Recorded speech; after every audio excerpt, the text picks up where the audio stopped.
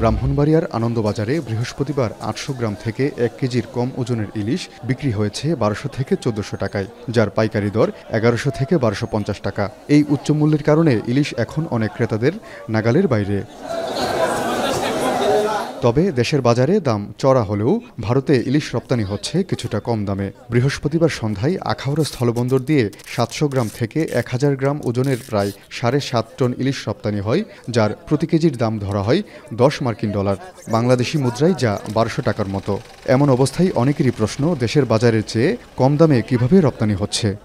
এক বছর পরে আসলাম ইলিশ কিনতাম, ইলিশের দাম ১৬০০, ১৮০০, ২০০০, ২২০০ এগুলো কিনা যায়। আমাদের যে মাছটা আছে এটা হলো পাইকারি মূল্য, সেটা একদম ঘাট থেকে মাছটা লোড হয়, এটা তো অ্যাভারেজ মূল্য। এটা তো ৫০০ গ্রামে ৪০০ গ্রামের যে ওজন, ১০০০ গ্রামে, এটা অ্যাভারেজ এই মূল্যটা নির্ধারণ করা হয়েছে। আমাদের এই মাছ রপ্তানিতে যে $10 সরকারি বৈদেশিক মুদ্রা আহরণ আমাদের দেশের রাজস্ব পুরা টাকাটাই, আর সেইখান থেকে আমরা সামান্য একটা কমিশন পেয়ে থাকি।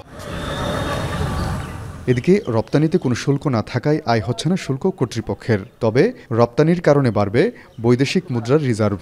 এক্সপোর্টের ক্ষেত্রে আমরা পণ্য সরবরাহের বিপরীতে আমরা যে মূল্যটা পাচ্ছি সেটাই ফরেন কারেন্সিতে মূল্য পাচ্ছি। হ্যাঁ, আর এক্সপোর্টের ক্ষেত্রে তো ট্যাক্স হলো 0 রেট। এক্সপোর্টের ক্ষেত্রে কিন্তু ট্যাক্স নেই কোনো। তবে আমরা যে টাকাটা ডলারটা পাচ্ছি সেটাই আমরা লাভবান। দুর্গাপূজা উপলক্ষে প্রতি বছরের মতো এবারও দেশের স্থলবন্দরগুলো দিয়ে প্রায় ২৫০০ টন ইলিশ ভারতে রপ্তানির অনুমতি দিয়েছে সরকার, যার মধ্যে আগামী ১২ অক্টোবর পর্যন্ত আখাউড়া স্থলবন্দর দিয়ে ৪টি প্রতিষ্ঠান ২০০ টন মাছ রপ্তানি করবে। আজিজুল সঞ্চয়, এখন, ব্রাহ্মণবাড়িয়া। সানবিট সব দিবে সামাল।